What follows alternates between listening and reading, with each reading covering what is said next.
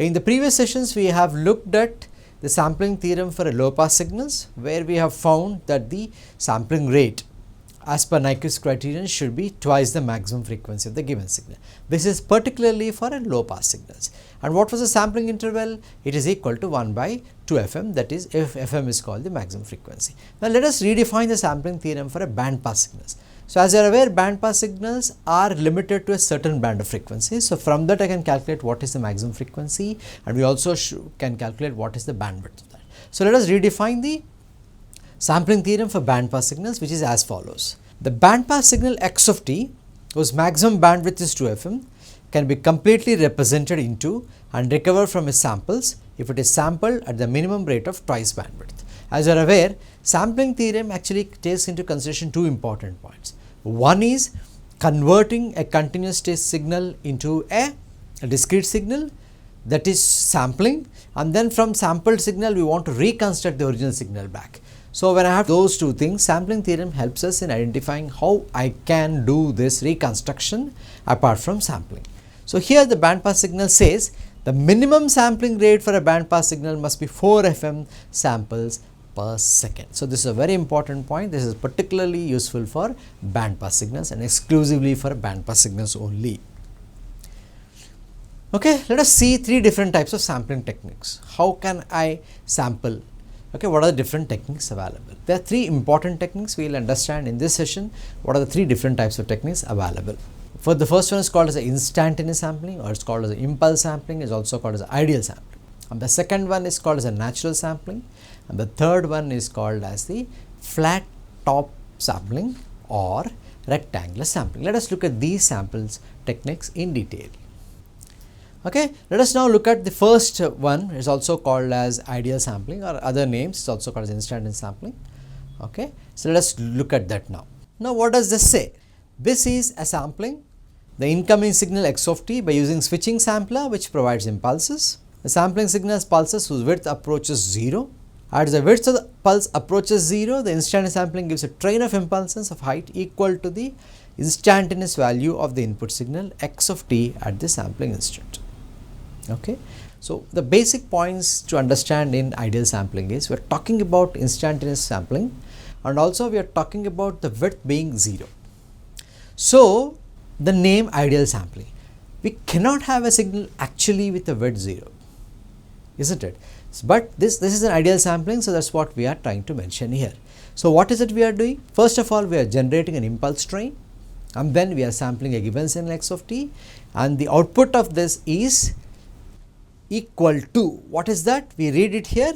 It says as the width of the pulse approaches 0, the instantaneous sampling gives a train of impulses of height equal to the instantaneous value of the input signal x of t at the sampling count or the sampling instant. Okay, we have seen this earlier. Let us say I have a signal, something like this. I have a signal which is continuous. Okay, let us call this as x of t. Okay, and I have generated impulse train. That means I have already a generated signal of impulse train. So what is impulse train looks like? Okay, let us say this is impulse train here. So we have impulses across this of equal height. Okay,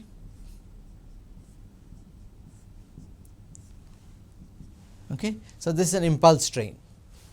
Now we have to sample this. Now if I sample, what happens? The output of these two will be equal to an again impulse of trains whose width is absolutely 0. This is approaching 0 actually. The width is, you see this is an instant, the width is approaching 0. So what will happen when they sample this signal? The heights of this will change. If you see this impulse train, the height is not changing. Now the height is being changed. What is the height equal to? It will be equal to the amplitude at which x of t is sampled. So let us see this. Now what I will do is I will put this in the form of a dot, so that I can get, okay, the shape may be a little different, but the essence you should understand here. Now let us say this sample. So this is sampling here. So I will get a sampling signal at this point. So, if you look at this amplitude of this instantaneous signal, amplitude of this function, what is this equal to? This amplitude is equal to this signal, that is at this point whatever is the amplitude you will get it here, isn't it? So, similarly here it will be here, here it will be here, it will be here like this, and then small values here, it is very small here, so it is going negative. Okay. So, essentially ideal sampling talks of two important things as we have mentioned here. The first point is the width of this impulse train is approaching 0. So, that is almost 0 because ideally it should be 0. So, it is almost 0. Second, the amplitude of these signals is equal to x of t. So, these two are satisfied. This is how an ideal sampling or instantaneous sampling is generated. Now, let us look at the second type of sampling. It is called as the flat sampling. This is the simplest and the most practical sampling method. Uses what is called as a sample and hold circuit, famously known as S and H circuit. This is also called as a rectangular sampling because the shape of the signal that is used to sample is rectangular in shape, and top of the sample remains constant, which is equal to the instantaneous value of the baseband signal x of t at the beginning of the sampling. The duration of width of each sample is tau, and the sampling rate is fs is 1 by ts. Okay. So, if you see the differences between the earlier type of sampling and this type of sampling, here the sampled signal earlier was a instantaneously train of impulses, isn't it? Earlier the sampling is done by a stream of delta functions called as the Dirac comb. They are all train of impulses, isn't it? Now, what we have is here we are assuming earlier the width is approaching 0, but here the width is not approaching 0. So, it is called as a rectangular pulse. So, this generates what is called as a flat samples. So, earlier it was an instantaneous sample which is equal to that, here it will be a flat sample. So, what is a flat sample means? The flat sample remains constant, which is equal to the instant values of the baseband signal x of t at the beginning of the sample. Okay. The duration of width of sample is tau, the sampling rate fs is 1 by tau s. So, this is about a flat sampling, and let us see the formula here. It is represented as a convolution of sample signal y of t with unity amplitude rectangular pulse h of t of duration tau. That means y of t is equal to h of t convolved with this formula which you see here, x of t with summation n is equal to minus plus infinity delta of f minus nfs. So, this is how you can represent in a flat top sampling. Now, what is the primary effect of flat top sampling? Is an attenuation of high frequency components.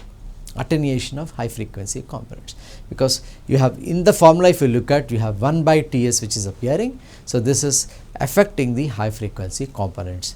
Second, this effect is called as the aperture effect. Aperture effect can be compensated by using a what is called as equalizing filter with a transfer function which is equal to 1 by h of f. So, H equivalent filter is equal to 1 by h of f. So, flat tap sampling results in attenuation of high frequency components. This is called an aperture effect. I want to reduce the aperture effect. I should use what is called as an equalizing filter, with the transfer function of the equalizing filter must be inverse of the h of f which were used in the flat top sampling generation. Okay, in the flat top sampling. So, how is that aperture effect is getting reduced? The process is this: the different lobes of the spectrum get multiplied by different portions of h of f, which is a function of frequency. This non-uniform spectral gain over the desired baseband spectrum results in a distortion caused by lengthening of samples called the aperture effect.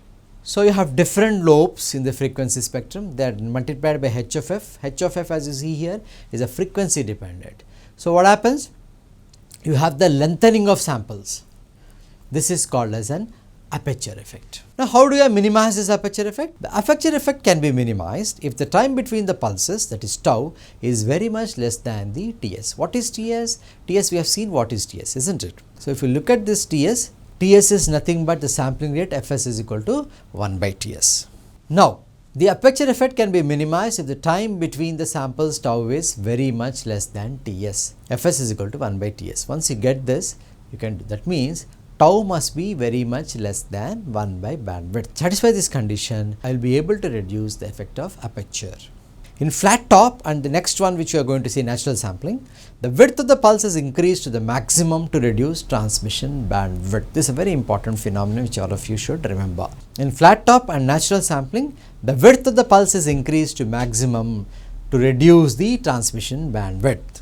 So once I reduce the transmission bandwidth, my aperture effect is reduced. Let us look at the third type of sampling called as a natural sampling. So what is natural sampling? This type of sampling is accomplished by multiplying the band limited signal x of t with a pulse train c of t. This provides samples which are short but not of virtual size duration. They have amplitude which briefly follow the signal. This sampling is called as natural because the profile of each sample retains the shape of the analog segment during the pulse interval. So here natural sampling, what is it I am doing? Here what is that we are doing in natural sampling? This is accomplished, or we are able to do natural sampling by multiplying the band limited signal 6 of t with a pulse train c of t. Okay. Here what happens, I will show it on the board, the natural sampling and also the flat top sampling. Let us see this. Let us say I have this is my x of t, let us say this is my x of t. So in flat top sampling what happens is,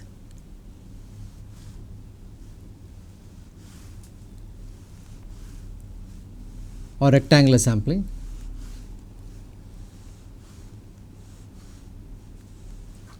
okay. So this is what you are going to get. You see here, this is flat top sampling, okay. These are flats. So this is what you are getting when I do this flat top sampling. So now we will look at a signal which is natural sampling.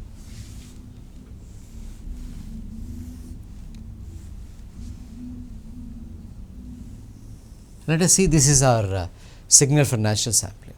So when I naturally sample this, what I will have is here if you see, natural sampling will follow the analog signal here. So it is following this analog signal here. So whereas here it is leveled off, whereas this is following. So here if I sample, if I take a sample here, it will be this much. So this is nothing but natural sampling.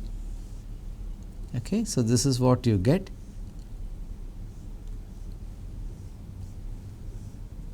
It's called natural sampling because the sample signal is following the actual signal x of t.